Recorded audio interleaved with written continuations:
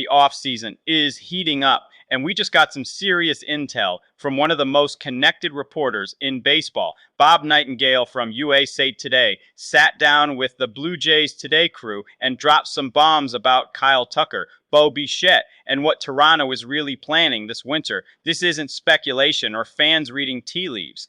This is someone who talks to general managers and executives daily, giving us the real picture of where the Blue Jays stand right now. And honestly, some of what he said should make Toronto fans legitimately excited for the first time in years. Let's start with the big one, Kyle Tucker to Toronto. Is it real? Are the Blue Jays being used as leverage again? Nightengale was asked directly about this because Blue Jays fans have PTSD from Shohei Ohtani, Juan Soto, and every other free agent who supposedly had Toronto on their list before signing elsewhere. His answer? He believes Toronto has a legitimate shot. Not just interest, not just being in the conversation, but an actual chance to land Kyle Tucker. Nightengale said, Tucker is a great supporting player who would be perfect alongside Vladimir Guerrero Jr. because all the attention goes to Vlad, which takes pressure off Tucker. He also pointed out that Tucker lives in Tampa and spends his entire spring in Dunedin, so being on the East Coast makes sense for him. That's not agent talk. That's legitimate reasoning for why Toronto could work. But here is the part that should really get fans excited. Nightengale specifically addressed the whole leverage thing. He said the Blue Jays aren't being used this time. Last year, Toronto was never involved in Alex Bregman, despite reports, and that was just agents using their name. But this time, with Tucker, Nightengale believes it's real. He talked about how much buzz came out of that World Series run, how close the team is, how the players talked about how much fun they have together. That message got out to free agents across the league before Toronto might have been viewed as a cold weather city where guys didn't want to play. Now, players are hearing directly from Blue Jays that it's a great place to be and that matters. The other thing Nightengale mentioned is that under the current collective bargaining agreement, agents can say a team is interested even if they're not, and the team isn't allowed to deny it. So when you see random reports connecting Toronto to players they have no interest in, that's just agents using the Blue Jays name for leverage. But when multiple credible reporters keep mentioning Tucker and Toronto together, that's different. That's real interest from both sides. Nightengale made his prediction clear. He thinks Kyle Tucker ends up in Toronto. That's his pick for where Tucker lands this offseason. Now let's talk about Bo Bichette because this is where things get complicated. Nightengale described Bo's market as quiet, with maybe 3 or 4 teams seriously interested. Some teams are worried about his defense at shortstop. Some don't want to spend over $200 million on him. Atlanta was mentioned as a potential fit, but Nightengale doesn't think that's happening anymore. Boston might be interested, but beyond that, it's a limited market. He pointed out that last year there were reports Bo wanted out of Toronto, but those rumors have disappeared. Now the question is whether Bo wants to chase every last dollar or if he prefers staying somewhere familiar. Nightengale thinks Bo will get more than Alex Bregman, but will be closer to $200 million than $300 million. And here is the interesting part. He noted that Toronto just went to the World Series without Bo. He missed all of September, missed the first few playoff rounds, and they kept winning.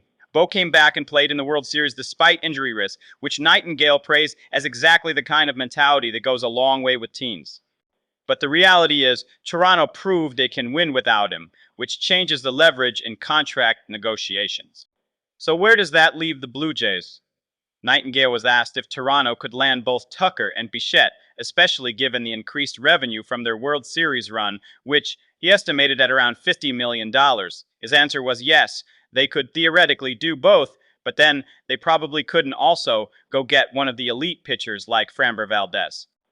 He said maybe Toronto can do 2 of those 3 things, but getting Tucker, Bichette, and an ace would be video game stuff. That tells you the Blue Jays are prioritizing and trying to figure out which combination gives them the best chance to win Nightengale's prediction. At the end of the interview was that Toronto will sign either Bichette or Tucker, but not both, because they're going to spend money on a frontline starting pitcher instead. Whether that's Framber Valdez or Roki Sasaki or someone else, he believes pitching is more important to Toronto than bringing back 2 offensive players. That makes sense when you look at the rotation. Kevin Gausman is off the books after 2026. Chris Bassett and Max Scherzer are free agents. Jose Barrios has an opt-out. The only guarantee is Trey Uava. Toronto needs to invest in pitching now to have stability beyond this season. Speaking of pitching, Nightengale was asked about the Japanese phenom Roki Sasaki. He said Sasaki reminds people of Yoshinobu Yamamoto, maybe not quite at that level, but still very good with 5 or 6 pitches. The difference is, Nightengale thinks Sasaki is more likely to end up on the East Coast because West Coast teams don't have the money or need. Seattle just signed Josh Naylor. The Dodgers don't need him. San Francisco could afford him, but beyond that, it makes more sense for Chicago or an AL East team. That puts Toronto right in the mix. He also brought up Framber Valdez as someone who's actively marketing himself at the GM meetings, trying to explain what happened with that infamous catcher cross-up situation. Valdez is the top arm on the market right now alongside Sasaki. Dylan Cease was mentioned, but Nightengale thinks Cease was disappointing in San Diego and isn't worth being the top of the market. If Toronto is serious about adding elite pitching, Valdez or Sasaki are the guys to target.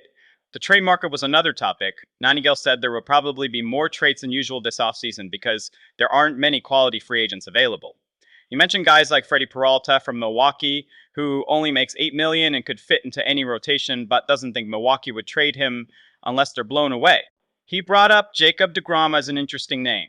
deGrom has a no-trade clause and lives in Florida, so theoretically, Toronto could work. The Rangers need to reduce payroll.